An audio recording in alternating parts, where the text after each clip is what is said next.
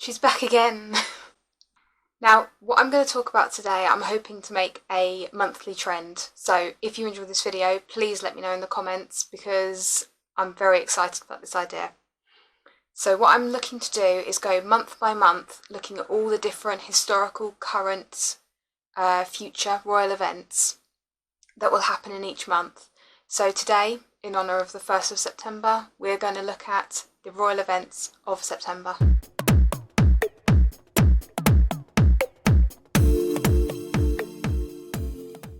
So September has events linking to Queen Elizabeth I, Richard II, our Queen Elizabeth II. This month also has links to Prince Harry, William the Conqueror, James II, to name a few.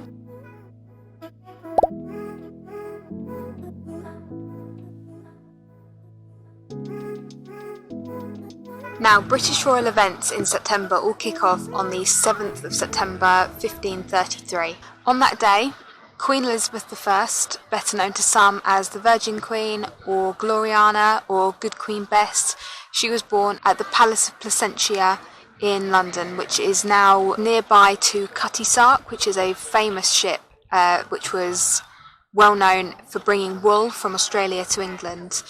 And that's based in East London, which is very close to where the O2 stands in Greenwich, or opposite the Isle of Dogs and Canary Wharf. Now, Queen Elizabeth was the daughter of Henry VIII and Anne Boleyn. She also had siblings, Queen Mary Tudor, who was better known as Bloody Mary, as well as King Edward VI and various illegitimate children of Henry's. So Queen Elizabeth I had no real intention of becoming queen, but Queen Elizabeth went on to reign for 45 years. There were lots of events that happened in her 45-year reign, such as the Spanish Armada. She was also famous for never marrying, hence the name the Virgin Queen. Another historical event that categorises her reign is that she had her cousin, Mary Queen of Scots, put in prison, meaning that her son, James VI of Scotland, became the King of Scotland very young. He obviously then become King James I of England and eventually took over from Queen Elizabeth when she died in 1603. Health-wise, Queen Elizabeth is very famous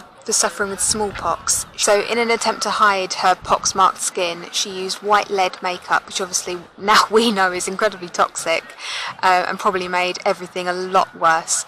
She was incredibly image-orientated and maintained her red hair, and the dresses she wore were absolutely covered in jewels to show off her regal image, which is actually something that her father, Henry VIII, did. He understood image power and how to make a monarch stand out from the crowds. So we're back, and now we're at the 8th of September, which is the date where Richard I, or better known as Richard the Lionheart, was born. Now, Richard the Lionheart was born at Beaumont Palace in Oxford, in England.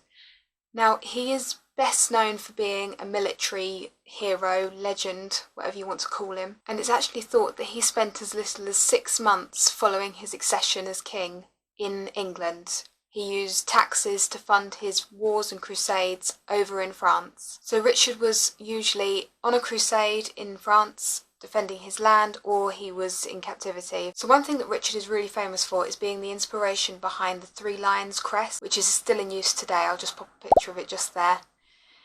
So any football fans among you will also know that the 3 Lions is the nickname for the England football team, most recently at the Euros 2020. Now, by no means am I a football buff, but I know that fact. I know that they're actually called the 3 Lions. So Richard's death was really tragic. He was on a crusade and he was shot in the shoulder by a small boy with a crossbow. After he was shot, his guards brought the boy to Richard, and he was quickly pardoned and sent away with 100 shillings. But Richard wasn't so lucky. His wound became gangrenous and he died from the injury in his mother's arms. So next for September is September the 9th, 2015. That date is when Queen Elizabeth II, our Queen, the little lady, you know, the 9th of September is when she took over as the longest reigning British monarch. She took over that mantle from Queen Victoria, her great-great-grandmother. The title had previously been held by Queen Victoria, who reigned for 63 years, 7 months and 2 days off the top of my head. This isn't Queen Elizabeth's only trick. She's looking to make history again in a few months' time when she becomes the first British monarch to reach 70 years on the throne. So next up we have William the Conqueror, better known as William I. He died on the 9th of September 1087. Now, William I is well known for his success at the Battle of Hastings in 1066. However, one thing that is very interesting about him is his death. He had an accident just before he died, which led to him becoming very bloated, and so when it came to fitting his body, when he died and he had to fit his body into the coffin, his body was so swollen that it didn't fit, so it had to be physically pushed in, fit into the coffin. Now that led to a bit of an accident. There was a build-up of gases, intestinal gases, and his body exploded. However you want to actually call it, I don't know the scientific word, but his body exploded and putrid intestinal gases spread out into the church, and people are said to have fled the church because of the smell was so horrific. Now we're going a bit closer to modern day, and we're going to learn about Prince Harry, so I'll see you there. So now we're at the 15th of September, and it's time to talk about Prince Harry. Now, Prince Henry Charles Albert David was born at St Mary's Hospital in Paddington in West London. He is Prince William's younger brother, and the pair were raised with Charles and Diana at Kensington Palace in apartments 8 and 9. So Harry was first educated at Jane Minor's School, then he went on to Wetherby School, then Ludgrove School, then Eton College, and then he professed himself he wasn't particularly academic, so he went on to join Sandhurst Military Academy. And when he graduated from there, he joined the Blues and Royals and has even seen 2 active tours of Afghanistan. Now, Prince Harry has obviously been in the news a lot recently due to him stepping back and moving to America with his wife Meghan, the Duchess of Sussex, and their 2 children, Archie and Lilibet. But if we ignore all the negativity and all the bad press just for a minute, let's focus on what he was like before he stepped back. Prince Harry was an absolute advocate for reducing the stigma around mental health. Him, William and Catherine all set up a charity called Heads Together, and then prior to the move, the 4 of them, the Fabulous 4, William, Catherine, Harry and Meghan, all set up a charity called Shout, which was a mental health helpline. Harry is also really famous for setting up the Invictus Games, which is an event where injured military personnel partake in various sports. Now, as I just mentioned, he now lives in California with his wife and 2 children. So him and Meghan married on the 19th of May 2018 at St George's Chapel in Windsor. Prior to their wedding, they lived at Nottingham Cottage in Kensington Palace, and then they moved to Frogmore Cottage in Windsor. The pair welcomed their first child, Archie Harrison Mountbatten Windsor, on the 6th of May 2019. The family welcomed their second child, Lilibet Diana Mountbatten Windsor, on the 4th of June 2021. Now, Lily made history because she is the first of the Queen's great-grandchildren not to be born in the UK. Now, Henry V was born on the 16th of September 1386. He was well revered as a military genius. He won the Battle of Agincourt in 1415 before he became very ill in his 30s. Having been weakened by dysentery, which is a horrible disease that actually several monarchs died from, he was succeeded when he died by his son Henry VI, and Henry VI still holds a title today, and that is he was the youngest person to succeed to the British throne. He was only 9 months old when his father died, and that record still stands, so I severely doubt we're going to get anyone younger than that succeeding to the throne, given that Prince Charles is 72, Prince William is 39, George is 8. I think Henry VI is quite safe with that title for quite a while. Now it's time to learn about Edward II. Now, Edward II died on September the 21st, 1327, and he was quite a scandalous figure. There were rumours that he was gay and that he was in a very close relationship with his aide, Sir Piers Gaveston.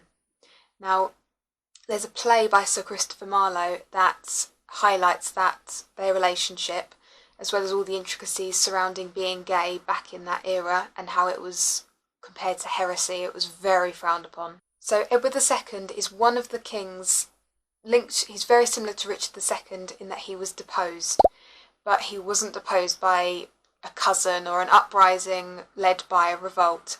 He was deposed by his own wife. Isabella of France was the face of the revolt against her own husband, Edward II. Now, she led the revolt in order to get their son, Edward III, onto the throne of England. And she was successful because Edward II was imprisoned at Berkeley Castle and he later died, but there's rumours that he was murdered, so believe what you will.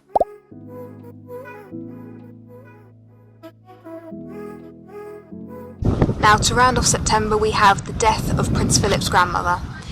Her name was Princess Victoria of Hessen by Rhine. Now, she died here at Kensington Palace just opposite me on September the 24th, 1950. Now, Princess Victoria of Hessen by Rhine is also very well known as the Duchess of Milford Haven, and she was Prince Philip's grandmother, which means that she is Prince Charles's great-grandmother as well as Prince William's great-great-grandmother, and you see where I'm going with this. But she was born at Windsor Castle in 1863. So Princess Victoria had 4 children. You're talking Lord Louis Mountbatten, Prince Philip's uncle, as well as Princess Alice of Greece and Denmark, who was Prince Philip's mother, who had enormous struggles with her mental health, as well as Queen Louise of Sweden. One thing that is incredibly interesting is what she did during the war. Now, up until 1917, the royal family's last name was Saxe-Coburg and Gotha. That was the name of Prince Albert when he married Queen Victoria, and the royal house took on that name. Now, during the war, obviously against Germany, there was rumours going around that the royal family must be pro-German because of their last name. George V issued a royal warrant in 1917 which changed the royal last name from Saxe-Coburg and Gotha to Windsor. Now, in doing that, Princess Victoria, who was married to Prince Louis of Battenberg, who was of German relation, she and her children changed their last name from Battenberg to Mountbatten, the more English-sounding version, so as to not be associated with Germany or for the public to think that she was pro-German in any way. Princess Victoria died on September the 24th, 1950 at Kensington Palace, just opposite me there.